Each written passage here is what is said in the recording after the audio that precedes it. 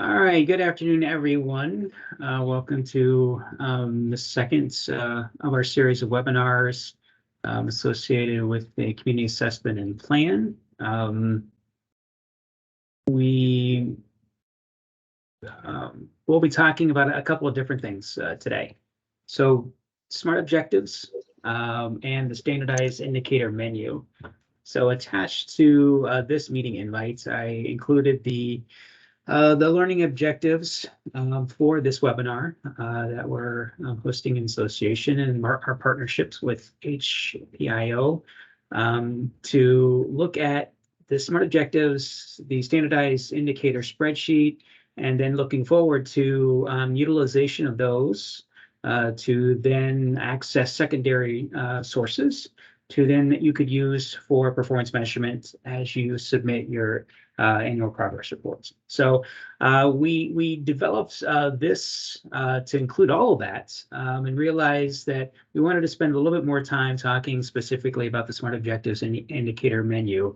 And then part two, which will happen in December, focus on accessing those secondary sources to then look at ongoing performance measurements across your identified priorities and indicators.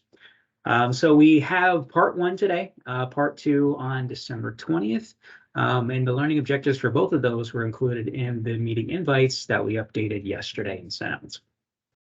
So without any further delay, we will turn it over to Amy and Haley from HPIO to walk us through webinar 2, part A, the SMART objectives and the indicator menu. Thank you so much. Thank you, Chad. Thank you, everyone, for joining us today. We're really glad to be back with you all.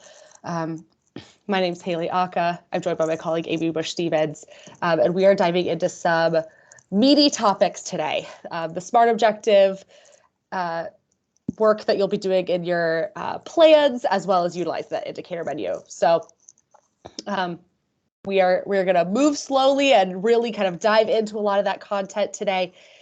As we do that, we want to be responsive to any questions that you have. So please utilize that chat function. Let us know what questions emerge or any comments that you may have. We'll be keeping an eye on that as we move through the material that we've planned for you today.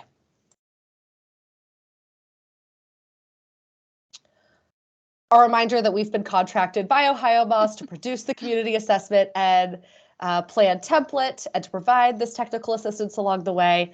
We are really happy to be engaged in this work with you all and want to be here to be responsive to any questions, be helpful in any way we can as you're working through this process. Here's our framework for the CAP, the community assessment and plan. We call this our pathway to impact. Right, this is the one-page encapsulation of the community assessment and plan. And today, we're really discussing how we're going to operationalize those things in the green by selecting our priorities, creating our SMART objectives in order to make an impact on the factors and outcomes in the blue and the red.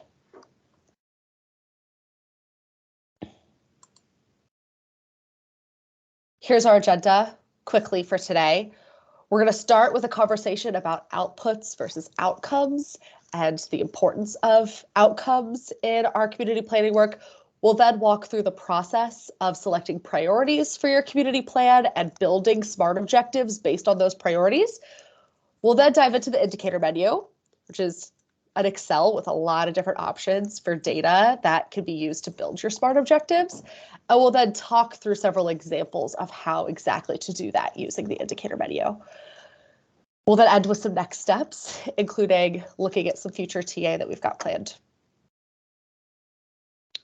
So with that quick introduction, I'm going to pass it off to Amy, who's going to get us started with those outcomes and outputs.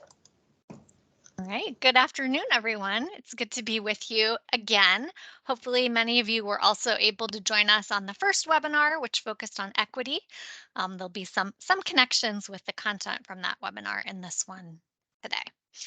I am going to start with why outcomes are important and how to transition from outputs to outcomes.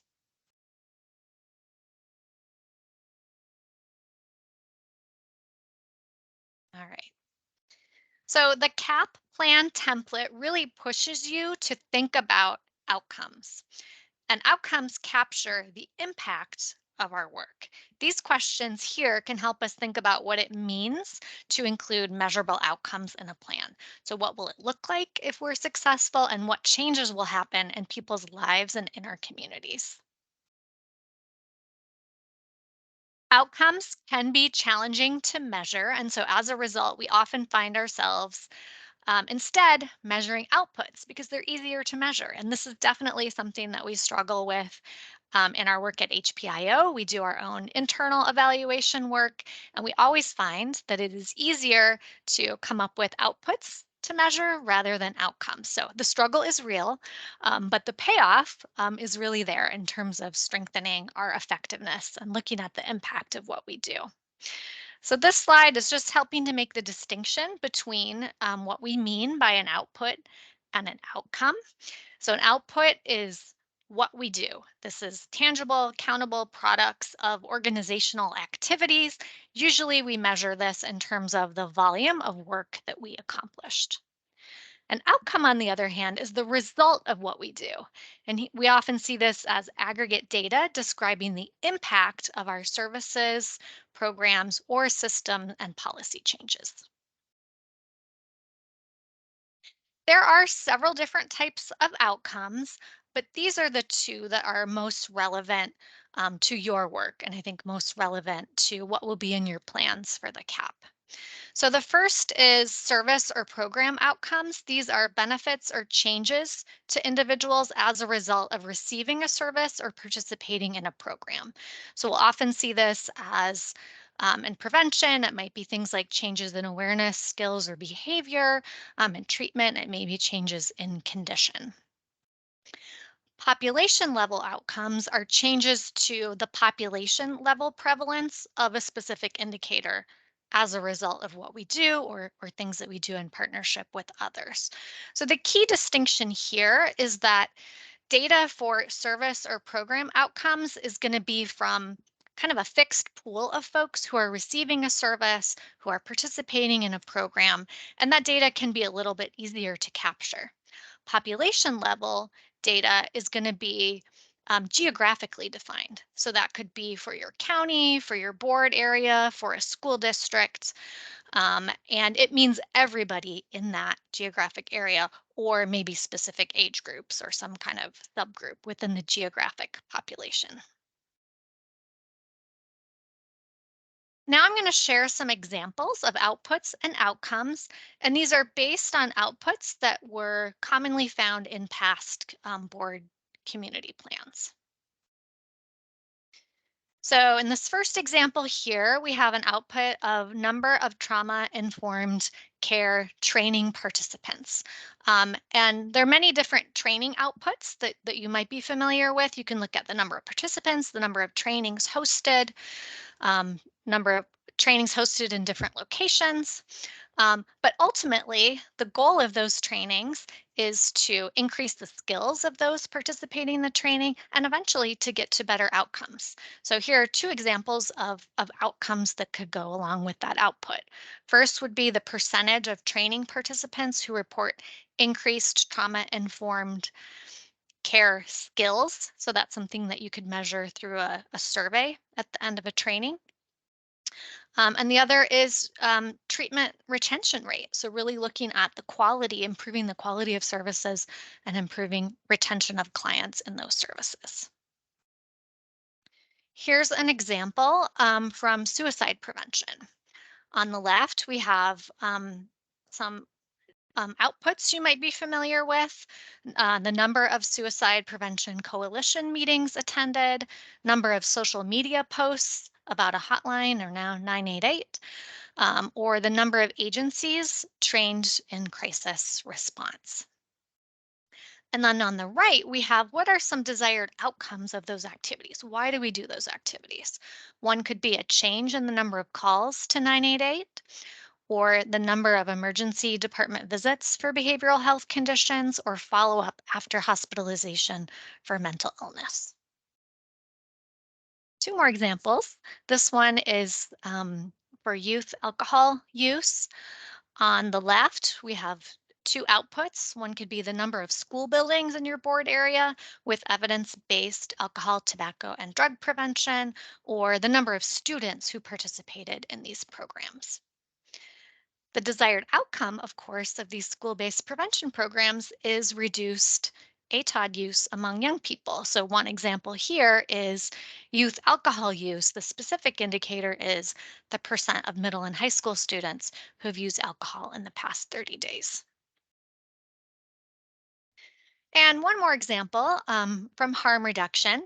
So outputs that are commonly measured include the number of Narcan kits distributed, the number of fentanyl test strips distributed, or the number of MAT providers. All very important things. But then if we kind of take that to the next level of thinking about what is the desired outcome, it's reduced overdose deaths. And then these are two examples of ways to measure overdose deaths.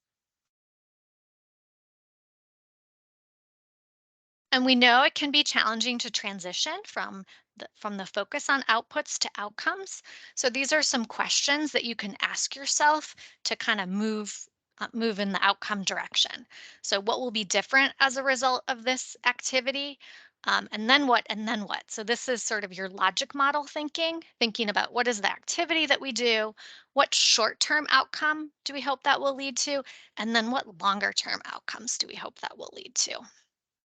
You can also ask, why are we doing this activity? What is the ultimate result we hope to accomplish? How can people's lives be affected and how can our community be affected? Here's an example of kind of thinking through some of those questions. So starting with this output, number of suicide prevention coalition meetings attended. So if we think about what will be different as a result of this activity, it might be about building stronger capacity in your county to prevent suicide. So that's why you're doing it. And then from there, you hope that it will lead to suicide deaths being prevented. And the ultimate result that you hope to accomplish is that fewer people will die from suicide in your county. So the outcome, just kind of in general here, is suicide deaths. And then getting even more specific with an outcome indicator is the suicide death rate per 100,000 population. So just an example of how to think through those questions. So before I hand it back to Haley to talk about SMART objectives, are there any questions about what I just covered? Or any thoughts about outputs and outcomes? Is that pretty familiar to folks?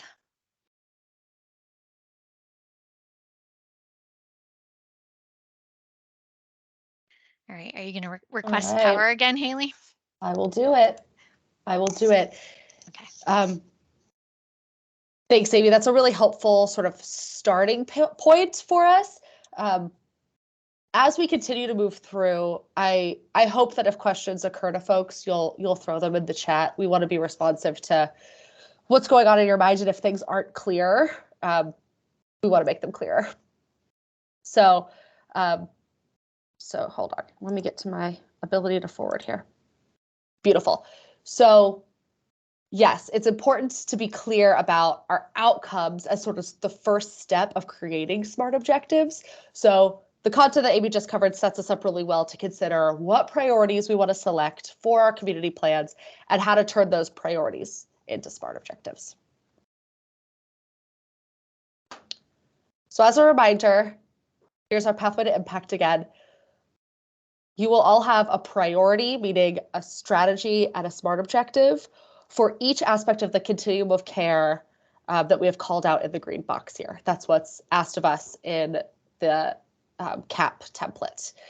So your plan will include something related to prevention, something related to mental health treatment, SUD treatment, and each of these bullets in this first green box.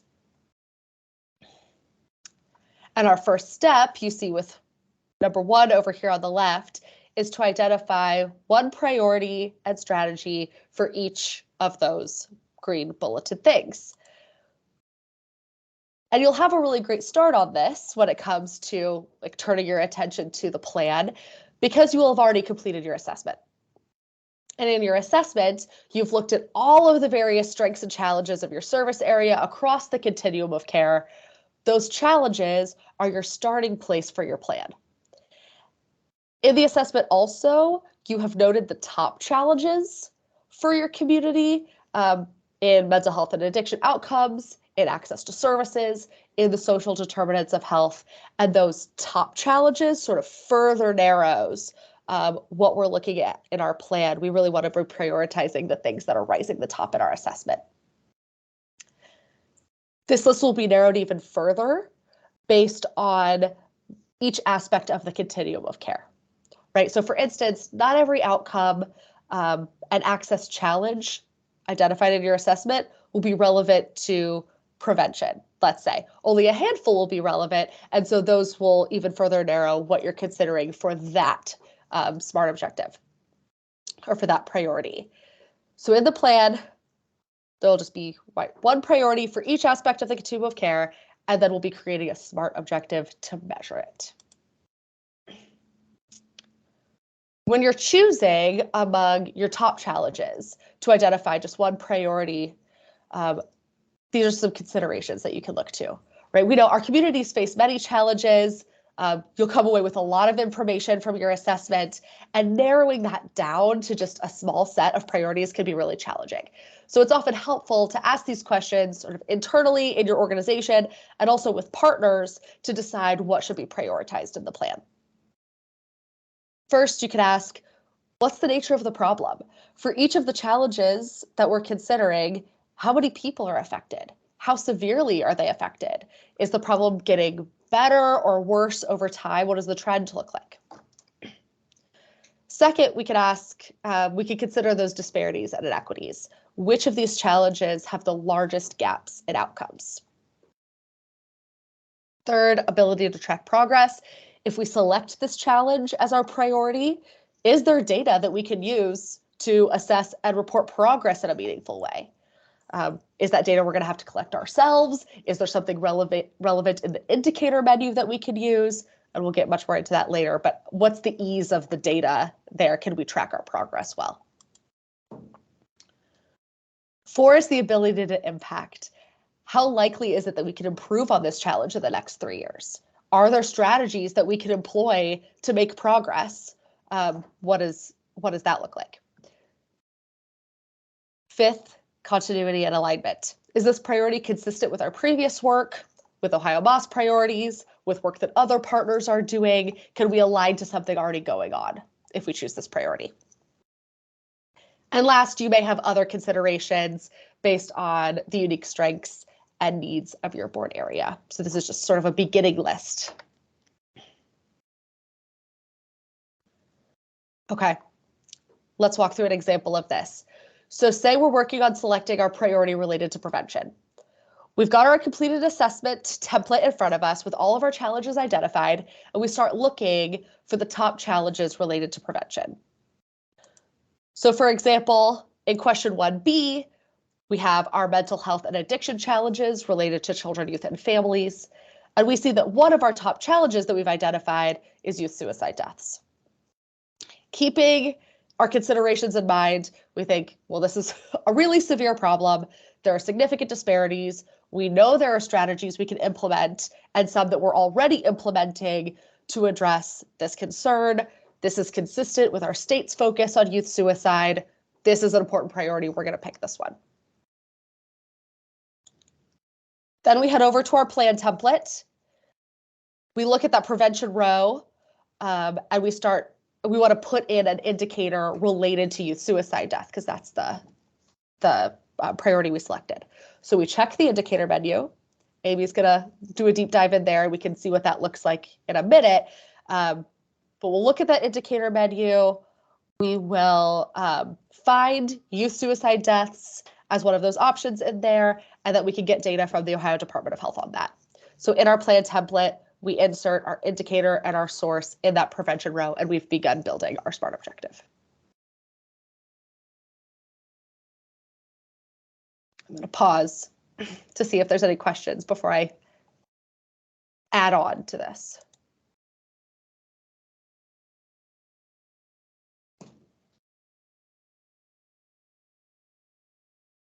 We must be crystal clear so far. Okay. SMART objectives are a specific format for using data to track progress. SMART stands for specific, measurable, achievable, realistic, and time-bound. And SMART objectives have these components that you see here on this slide.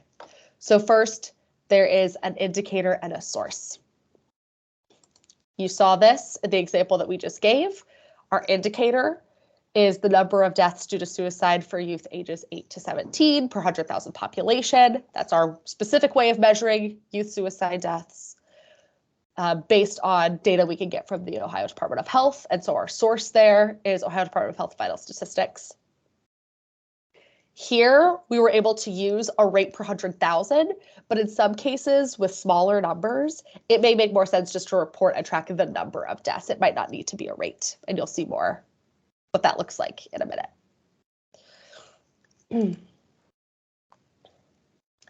Another critical component for SMART objectives is that they have a target.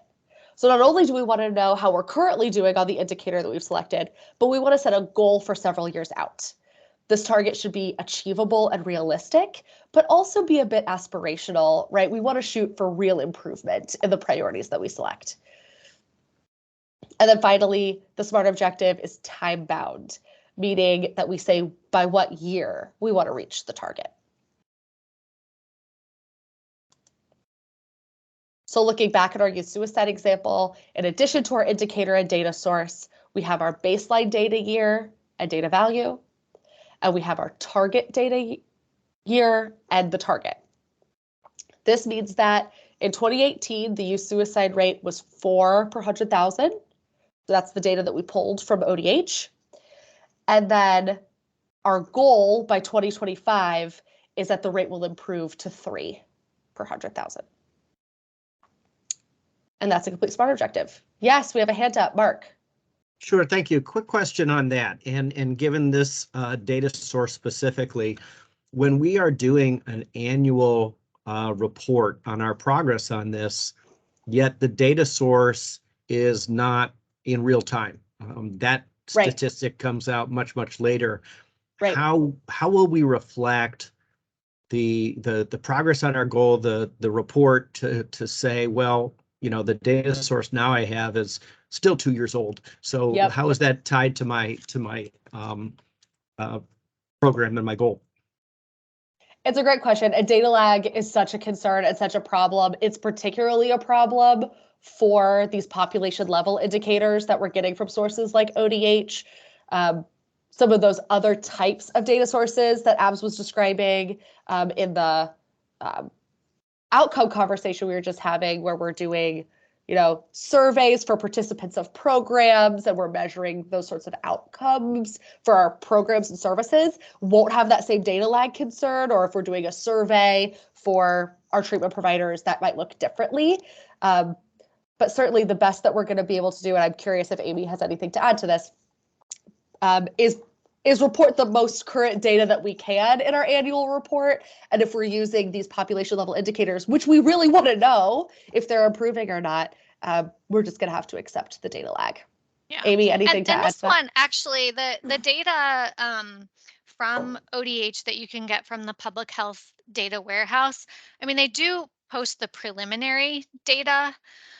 So you can always work with preliminary data and then update it later once it's finalized, because it is supposed to be in there within 6 months of the death. I'm talking about death certificate data specifically for suicide deaths and overdose deaths. So it's even more of a challenge actually with some of the survey data sources, but we can't let the perfect be the enemy of the good, and we got to work with the data that we have. Okay, thank you. And we are going to do a demonstration on the December webinar of how to actually go into the ODH Public Health Data Warehouse and pull your own data, so you don't have to wait for ODH's annual report on suicide deaths or overdose deaths, because that's a really long delay. Like, you don't want to wait for that. You want to go straight to the source and get the data yourself. You can also request it directly from your local health department. They may be able to help you get it even faster. Yeah. Any other questions or thoughts at this point?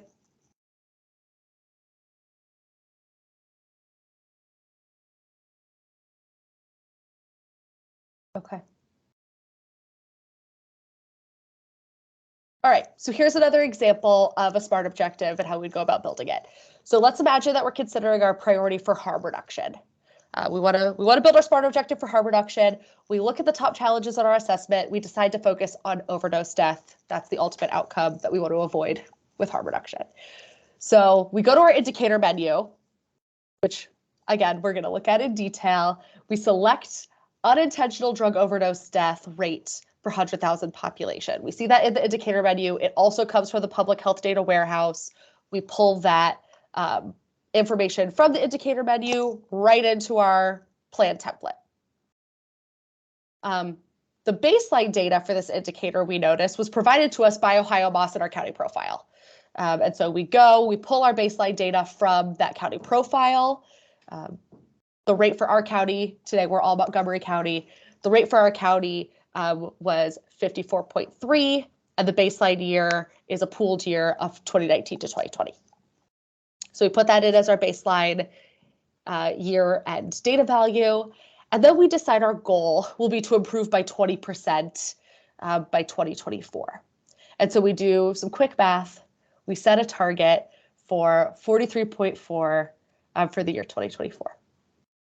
And we've built our SMART objective for harm reduction.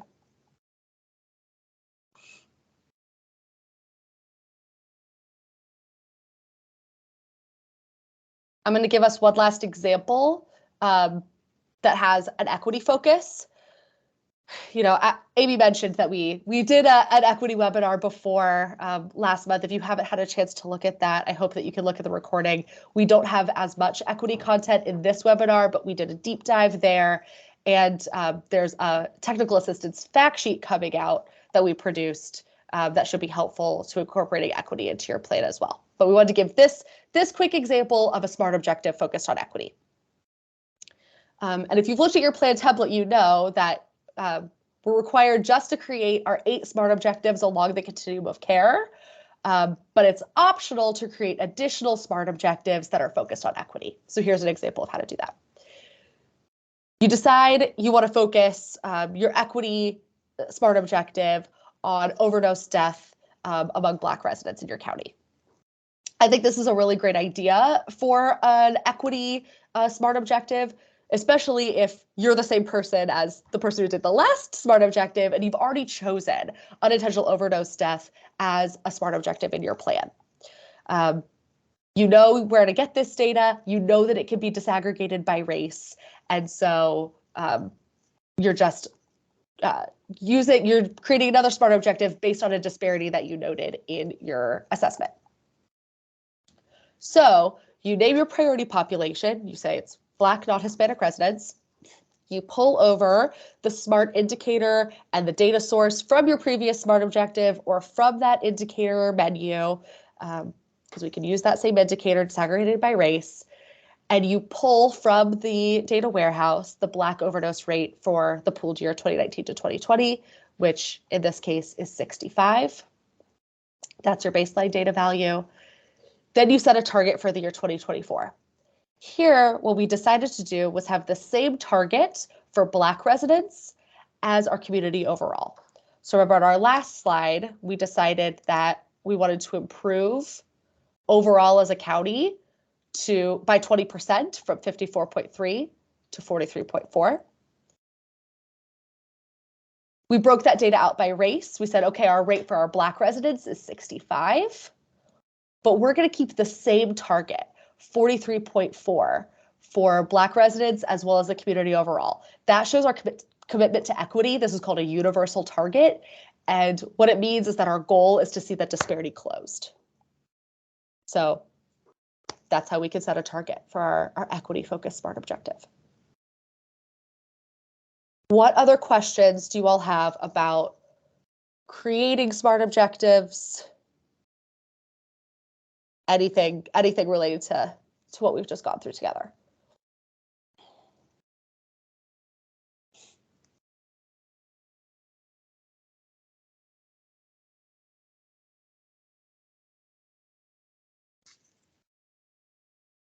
All right. Let us know if anything comes up. I'm going to turn it back over to Amy. We're now going to deep dive into that indicator menu. Back to me. All right, so I'm going to talk about the giant spreadsheet known as the standardized indicator menu, starting with just kind of an orientation to what is included. All right, so this is a quote from one of the focus groups that we did with Atom Boards back in January. It seems like a million years ago.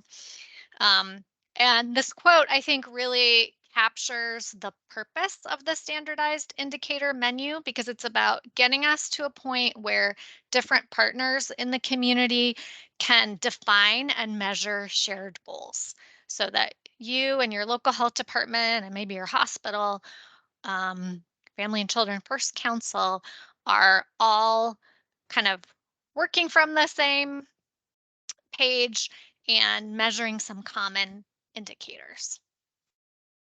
That's the dream. That's what this is. That's what this is foundational for. So this is an Excel spreadsheet, and Chad and his team shared this with you a while back. We actually, I'm hearing an echo. We have an updated version. Are you guys hearing that echo? Yeah, if everyone could make sure that their line is muted, that would be really helpful. Thank you. We have an updated version of the spreadsheet that Chad is going to send out after this webinar. We added a few more features to the spreadsheet. Okay. All right, so the indicator menu is designed to be a resource for you to use in your assessment and in your plan. And it's a set of indicators that align to state and federal initiatives.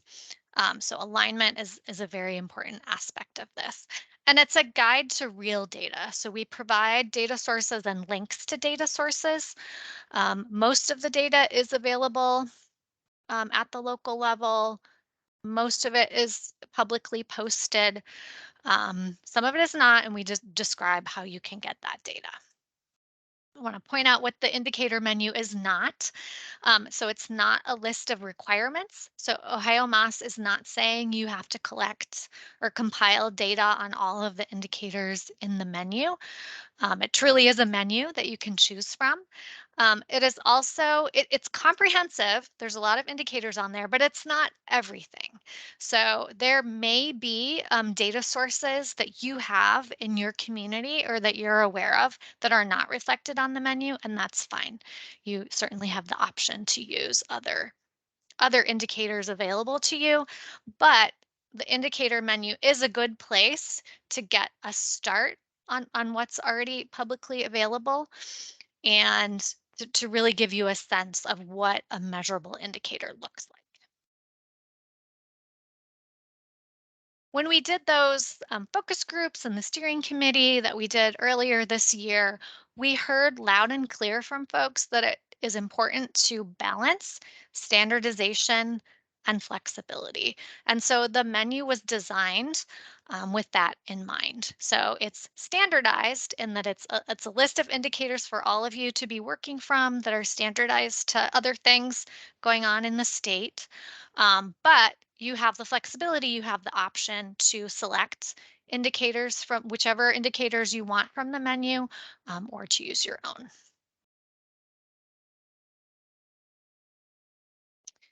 And so, alignment, again, it was very important to us as we developed the menu. And so we weren't just picking things out of thin air. We were looking to other things that exist, like the OhioMHAS pathway to impact for the agency. They have a set of key performance indicators. So we pulled all of those in, and then we look to some of these other initiatives as well to pull in indicators from these sources. And we use, we include indicators that come from commonly used sources. I'm sure you all are familiar with these data sources. I definitely see some greatest hits in the list, but hopefully also some new ones that you might not have been aware of. The menu is organized to align with this community plan pathway to impact that Haley shared. So what I mean by that is the spreadsheet that we'll look at in a minute has several tabs. So the first two tabs in the spreadsheet are mental health and addiction needs and mental health and addiction service gaps.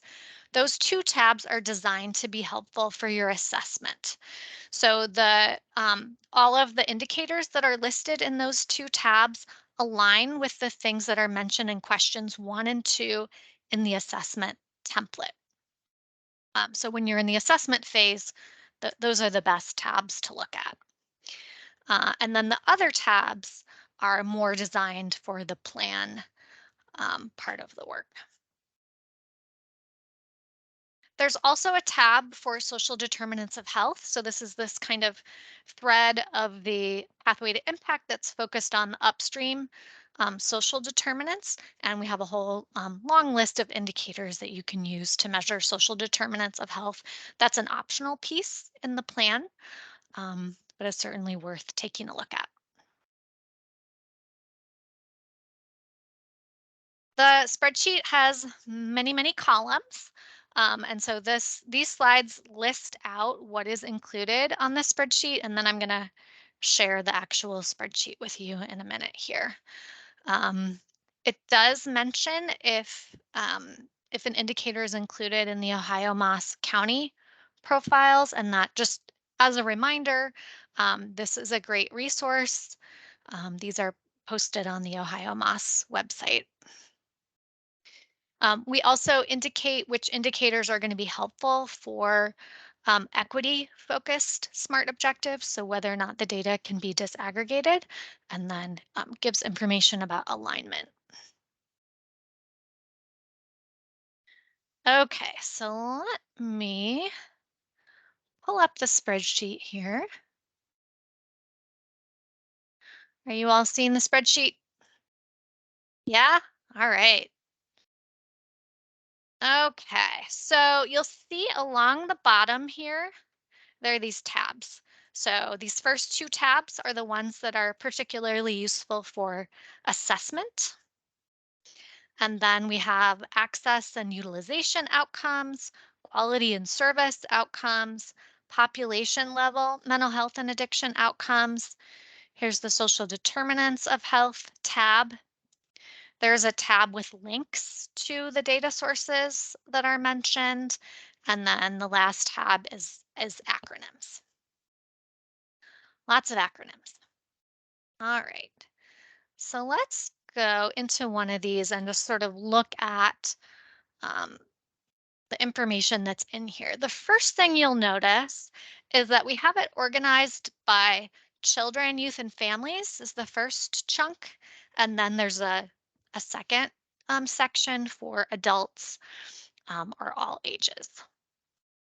The next thing you'll notice is that some of the rows are green.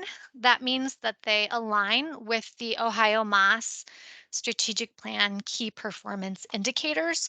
So those are ones that are just get a little boost. They're recommended. Again, not required, but they are a good set of indicators that OhioMHAS is going to be monitoring at the state level. So they're going through sort of a parallel process at the state level.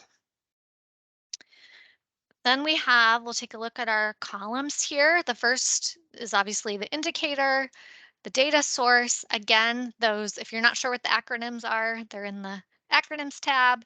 If you need a link to the source, that's in the links tab. Then we indicate if the indicator is included in the OhioMHAS county profiles, yes or no.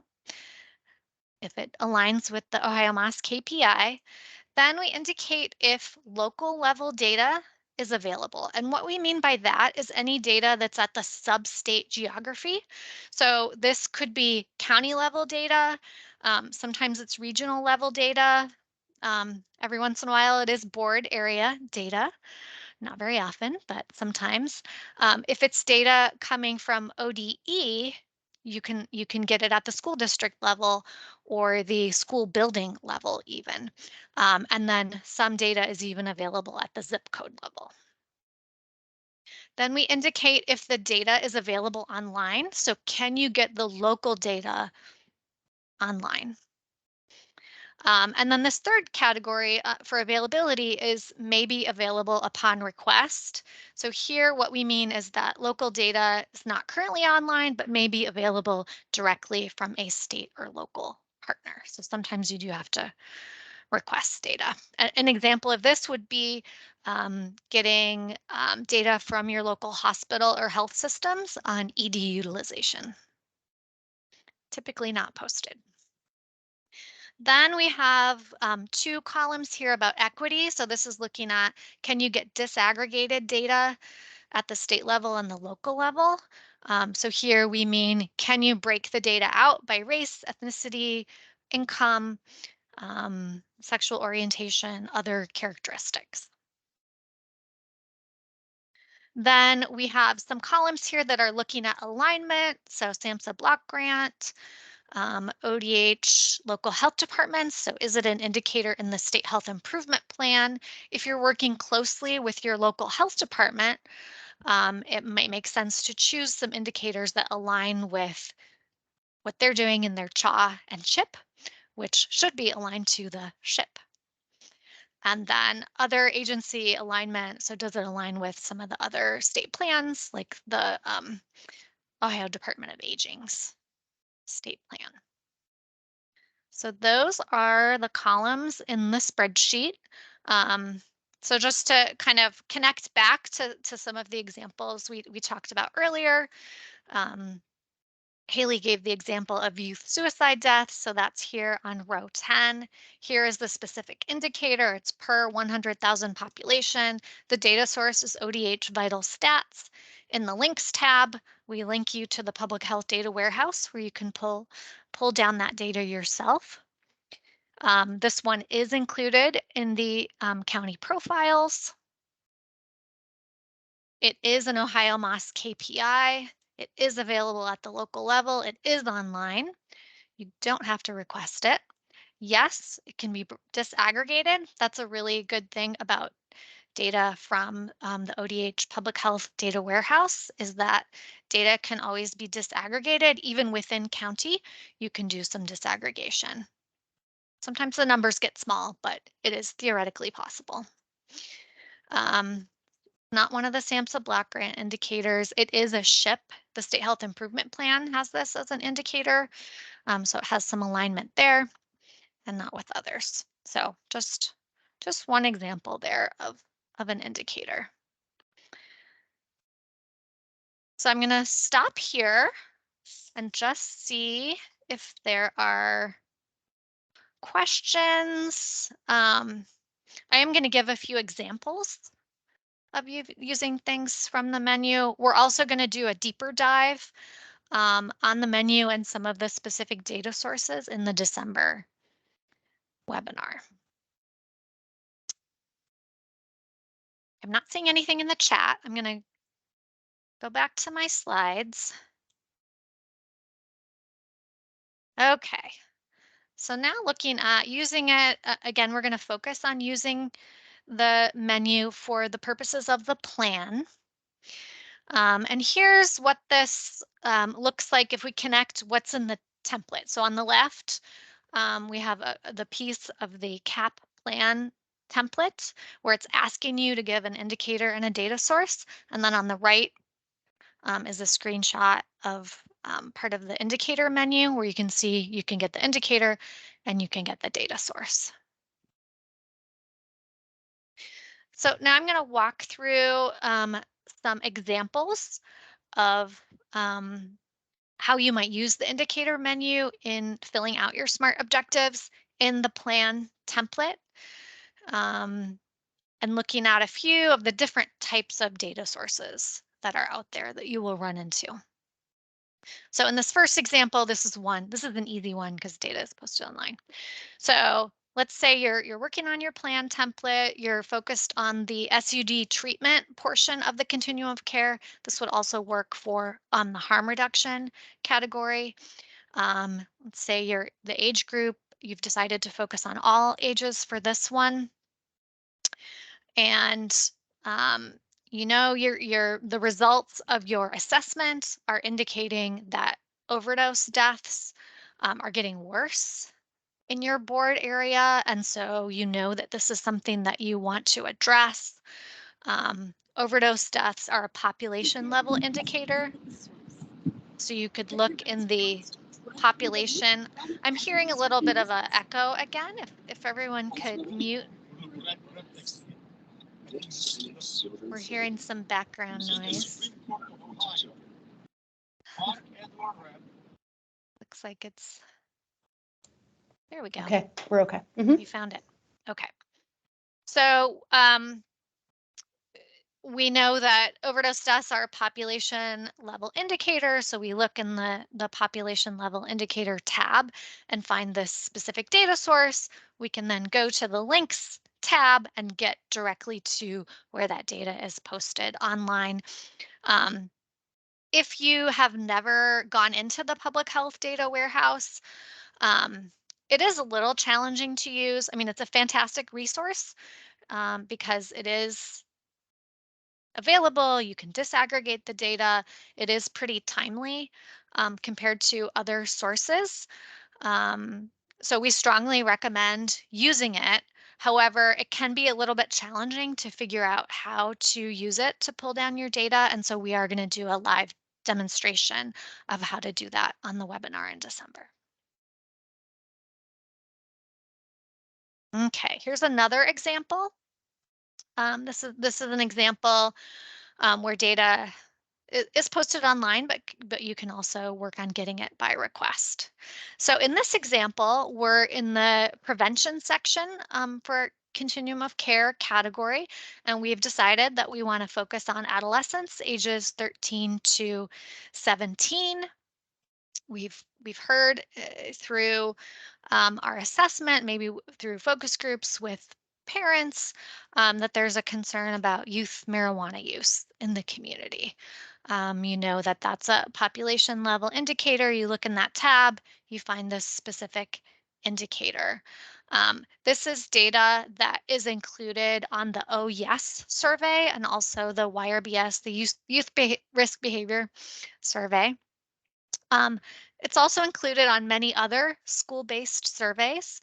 You can find OhioMHAS if you go to the OhioMHAS page, you can find reports by county and by board area. It varies quite a bit by community. Some districts have done it, some have not. So you'll just have to see. Hopefully you're familiar with what is available in your board area. And if you don't have OhioMHAS or YRBS data in your community, there might be other school-based surveys that have been conducted by your ESC, your school districts, your local health department. So reaching out to them to find out if they may have data for this indicator. It's a pretty standard item that's used widely. Here's another example. This is with data that does require a request. So here we're working on our plan. We're focused on the mental health treatment aspect of the continuum of care. We're focused on adults and older adults as our age groups. And we have heard in our assessment that there's some concerns about quality of mental health care, quality of treatment. And so we go to the Quality and Service Outcomes tab on the menu and find this indicator, follow up after hospitalization for mental illness. This one is a HEDIS metric, and this is a Medicaid quality indicator. So this is data that Medicaid monitors carefully. It's only available for Medicaid, and you can request this data through OhioMHAS for your area. Last example. This one's a little bit different. Here you're focused on the crisis services continuum of care category. You've decided to focus on all ages. And you've learned in your assessment that there are concerns about crisis response. And so you look in the quality and service outcomes tab. There's a set of indicators there related to crisis services. These come from the roadmap to the ideal crisis system. This is not data that's, commonly available. It's not posted online. This is data you would need to get through providers. And maybe something that you need to work towards building a system to capture this data in the future. And there are going to be indicators like that where there's an outcome you really want to measure. The data doesn't exist yet, or it exists, but it's housed by a different entity. And you need to do a data use agreement or something else to get access to that data. So that's certainly part of the picture as well. Okay. Any questions in the chat? Not seeing any here. Any questions about anything we've covered? If you've had a chance to poke around on the menu, anything you've run into, or anything you hope that we will talk about in the next webinar? Because we can go deeper on anything that we talked about today that needs further clarification. We could certainly do that in December and January.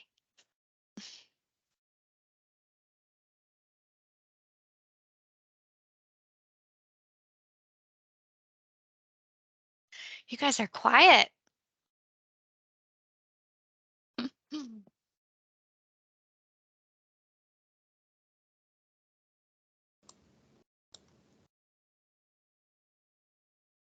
Okay, you want to move us along? Yeah, Chad's already taken us to our SurveyMonkey links. Let's do it. Well, thank you all very much for being here with us. We want to leave you with some next steps. So first is that CAP office hours are continuing. Chad is your contact for that. I'm sure there are events on your calendar related to those office hours. Also remind you again that we have 2 scheduled webinars coming up for December and for January. You can see those dates here on the slide. As mentioned, the December one will be a closer look at the indicators and the data sources that can be used for the plan to create the SMART objectives and track progress in years to come. And then in January, we are still open. We could do whatever's needed. That might be a good time for some open Q&A. You'll be close to finalizing your plans at that point. But if you have other suggestions for what would be helpful to cover in January, we're all ears on that. Okay.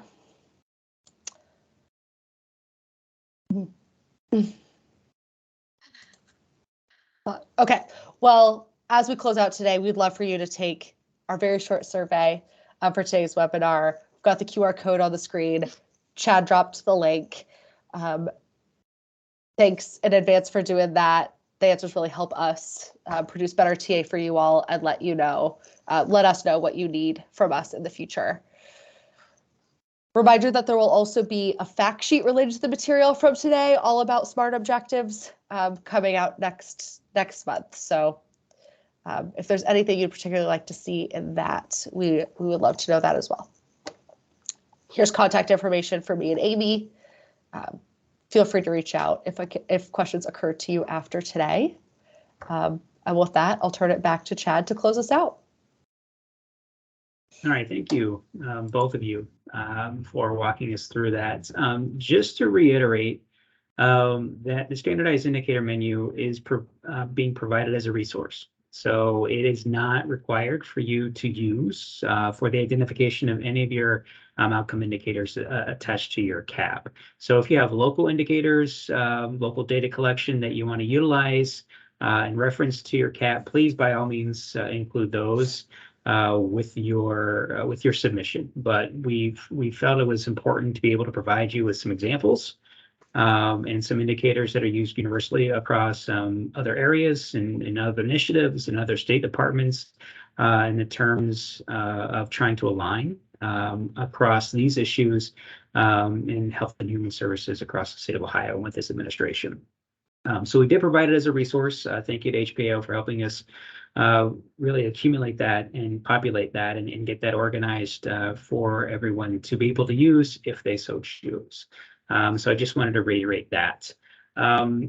We will be, as Amy and Haley identified, we will be going into a deeper dive on some of the publicly available data on how to get access to those, which you may or may not want to use for your assessment and plan outcome indicators. So that'll be kind of part B of this like two-part webinar scheduled for December 20th. And again, that will be recorded and placed on our website as well.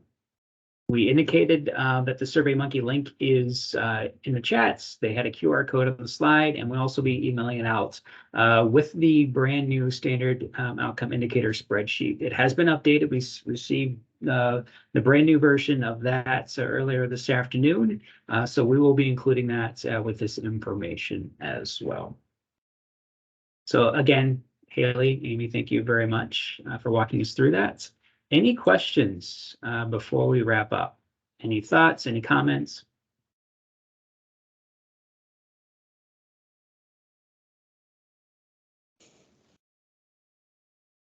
Okay, if not, I hope everyone has a great day and hopefully we'll see you on December 20th. Thank you very much. Thank you all. Bye, everyone. Thank you. Thank you, guys.